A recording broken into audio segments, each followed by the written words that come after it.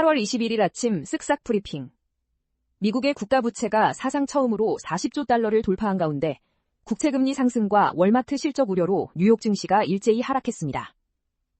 지난 6월 서울 아파트 실거래 가격이 5년 만에 가장 큰 폭으로 상승하며 무주택자들의 주거비 부담과 박탈감이 커지고 있습니다. 규제 사각지대에 놓인 AI 캐릭터 채팅 앱이 미성년자에게 선정적인 콘텐츠를 노출하고 있어 대책 마련이 시급하다는 지적이 나옵니다.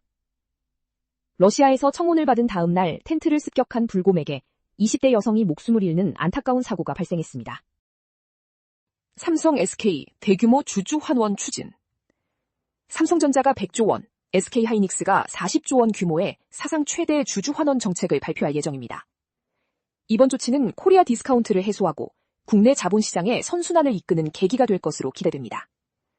다만 반도체 산업의 미래 투자를 위한 재원 확보와 주주 환원 사이에 적절한 균형이 필요하다는 지적도 나옵니다.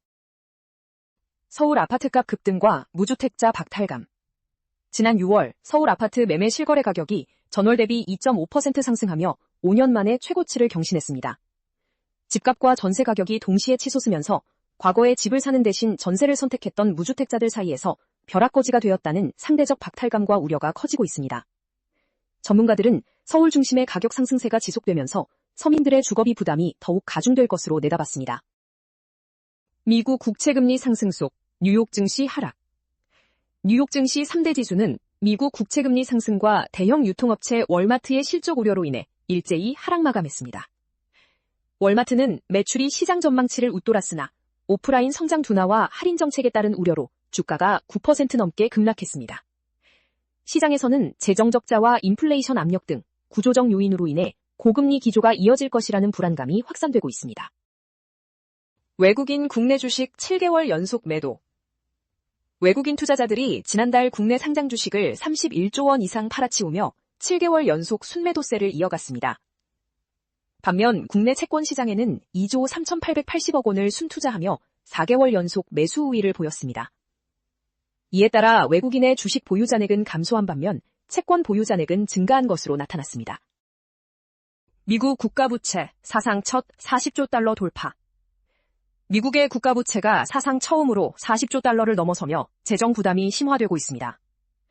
코로나19 대응을 위한 대규모 재정 지출과 감세 정책이 원인으로 꼽히며 연방정부의 연간 이자 비용도 급격히 늘어났습니다. 전문가들은 이러한 미국의 부채 위기가 초고령 사회로 진입하는 한국에도 시사하는 바가 크다며 선제적인 재정 개혁을 주문했습니다. 미국 증시 세대 교체와 한국의 과제. 미국 증시는 끊임없는 기업 세대 교체와 실패한 인력의 재순환 구조 덕분에 여러 악재 속에서도 강세를 유지하고 있습니다. 반면 한국 증시는 수십 년째 삼성전자와 SK하이닉스 등 기존 대기업에만 의존하는 정체된 모습을 보이고 있습니다. 한국 자본시장의 도약을 위해서는 새로운 산업이 성장하고 기업들이 원활하게 순환할 수 있는 생태계 구축이 필요합니다. 6월 국내은행 연체율 하락세 전환. 지난 6월 말 국내은행의 원화대출 연체율은 0.56%로 전월 대비 0.11%포인트 하락했습니다. 이는 분기 말 은행들이 연체채권 상각과 매각을 대폭 늘려 정리 규모를 확대한 영향입니다. 다만 금융감독원은 경기 불확실성으로 인해 연체율이 다시 반등할 가능성에 대비해 건전성 관리를 강화할 방침입니다. 탄소 중립을 위한 전기요금 개편 제언. 2050 탄소 중립 실현을 위해 산업 전반의 전력화가 요구되는 가운데 전기요금의 가격 신호가 정상화되어야 한다는 의견이 제시됐습니다.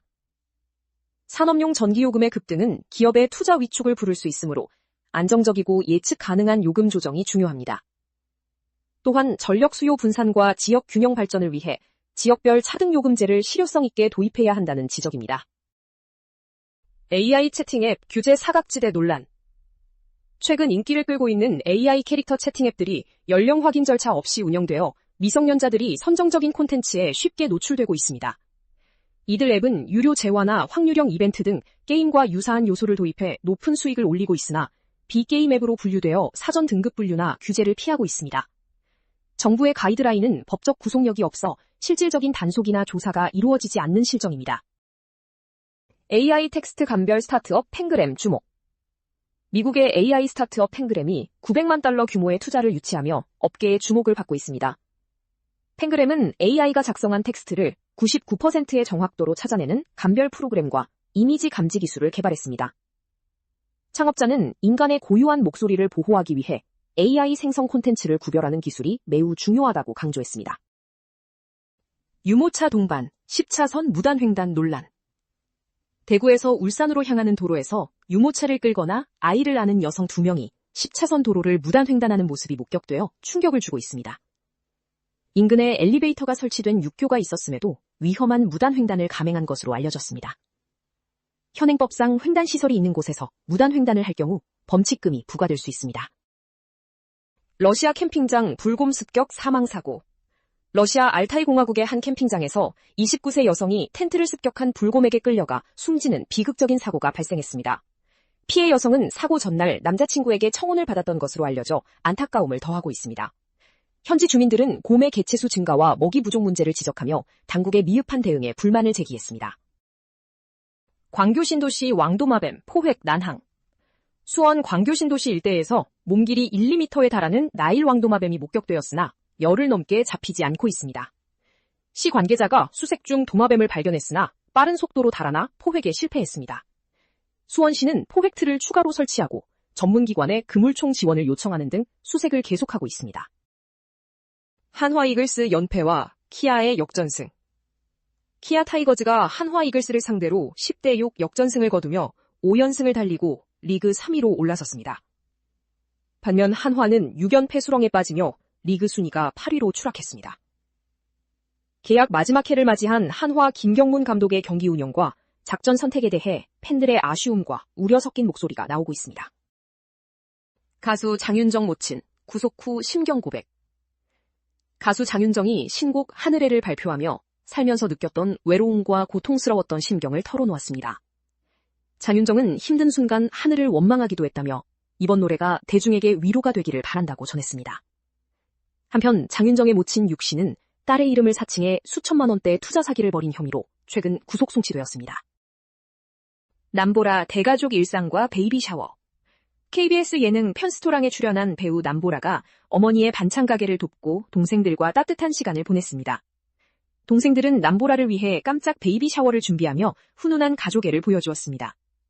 남보라는 대가족이라 항상 집에 사람이 있어 도어락이 필요 없었다고 말해 시청자들의 웃음을 자아냈습니다. 이혼 숙녀 캠프 출연 부부의 사연. JTBC 이혼 숙녀 캠프에 출연한 한 부부가 10년의 결혼 생활 중 6년간 부부관계를 거부하고 각방을 써온 갈등을 고백했습니다. 아내는 남편과의 스킨십에 거부감을 느꼈지만 첫째 아이를 위해 둘째를 원했다고 밝혔습니다. 부부관계가 없었음에도 16개월 된 둘째를 얻을 수 있었던 비결은 시험관 아기 시술이었다고 설명했습니다. 더 많은 정보는 쓱싹 뉴스 앱에서 확인해주세요.